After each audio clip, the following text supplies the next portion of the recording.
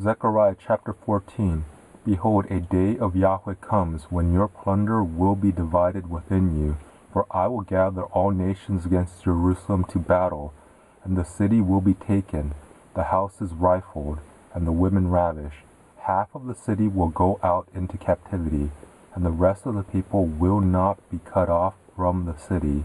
Then Yahweh will go out and fight against those nations, as when he fought in the day of battle. His feet will stand in that day on the Mount of Olives, which is before Jerusalem on the east, and the Mount of Olives will be split in two, from east to west, making a very great valley. Half of the mountain will move toward the north, and half of it toward the south. You shall flee by the valley of my mountains, for the valley of the mountains shall reach to Eccl. Yes, you shall flee, just like you fled from before the earthquake in the days of Uzziah king of Judah.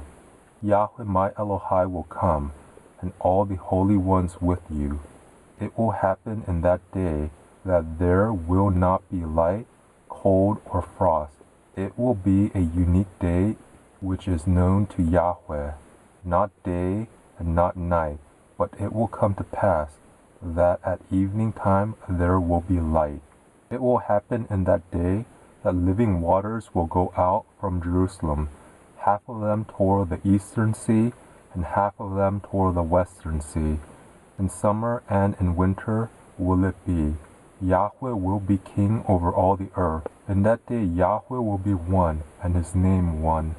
All the land will be made like the Arabah, from Geba to Rimmon, south of Jerusalem. And she will be lifted up, and will dwell in her place, from Benjamin's gate to the place of the first gate, to the corner gate, and from the tower of Hananel to the king's winepresses. Men will dwell therein, and there will be no more curse, but Jerusalem will dwell safely. This will be the plague with which Yahweh will strike all the peoples who have fought against Jerusalem. Their flesh will consume away while they stand on their feet, and their eyes will consume away in their sockets, and their tongue will consume away in their mouth.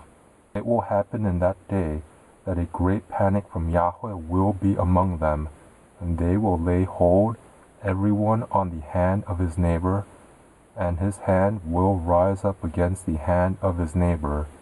Judah also will fight at Jerusalem, and the wealth of all the surrounding nations will be gathered together, gold and silver and clothing in great abundance.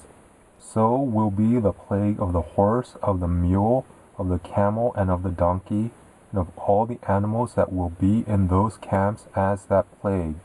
It will happen that everyone who is left of all the nations that came against Jerusalem will go up from year to year to worship the King Yahweh of armies, and to keep the Feast of Tents.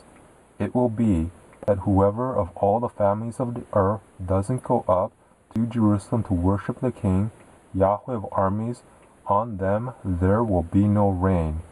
If the family of Egypt doesn't go up and doesn't come, neither will it rain on them. This will be the plague with which Yahweh will strike the nations that don't go up to keep the Feast of Tents. This will be the punishment of Egypt, and the punishment of all the nations that don't go up to keep the Feast of Tents.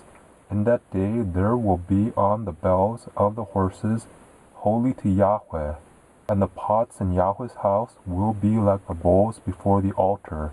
Yes, every pot in Jerusalem and in Judah will be holy to Yahweh of armies, and all those who sacrifice will come and take of them, and cook in them. In that day there will no longer be a Canaanite in the house of Yahweh of armies.